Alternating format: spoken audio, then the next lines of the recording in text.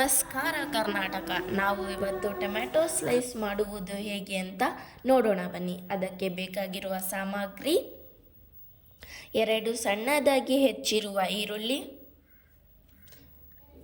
1 ಕ್ಯಾರೆಟನ್ನು ತುರಿದುಕೊಂಡಿದ್ದೇವೆ, ಸ್ವಲ್ಪ ಅಚ್ಚ ಖಾರದ ಪುಡಿ, ಮೀಠಾ ಸ್ವೀಟ್ ಎನ್ನುತ್ತಾರೆ, ಖಾರ. ಇದನ್ನು ನಾನು ನೆಕ್ಸ್ಟ್ ಬ್ಲಾಗಲ್ಲಿ ಹೇಗೆ ಮಾಡೋದು ಅಂತ ಹೇಳ್ತೀನಿ. ಕೊತ್ತಂಬರಿ. ನಾವು ಈ ಪುರಿನ ಯೂಸ್ ಮಾಡ್ತೀವಿ ಏಕೆಂದರೆ ತುಂಬ ಚೆನ್ನಾಗಿರುತ್ತೆ ಇದು.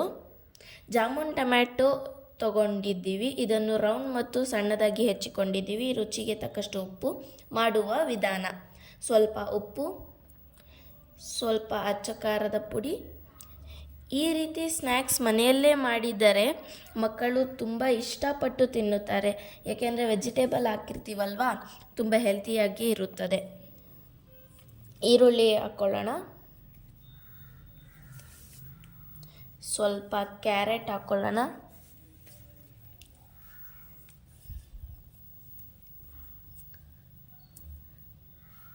ಸ್ವಲ್ಪ ಕೊತ್ತಂಬರಿ, ಪುರಿ ಹಾಕ್ಕೊಳ್ಳೋಣ, ಸ್ವಲ್ಪ ಖಾರ ಬುಂದಿ. ಈಗ ರೆಡಿಯಾಗಿದೆ, ಸವಿಯಲು ಸಿದ್ಧ. ನೀವು ನೋಡ್ಬೋದು ಹೇಗೆ ಚೆನ್ನಾಗಾಗಿದೆ ಅಂತ.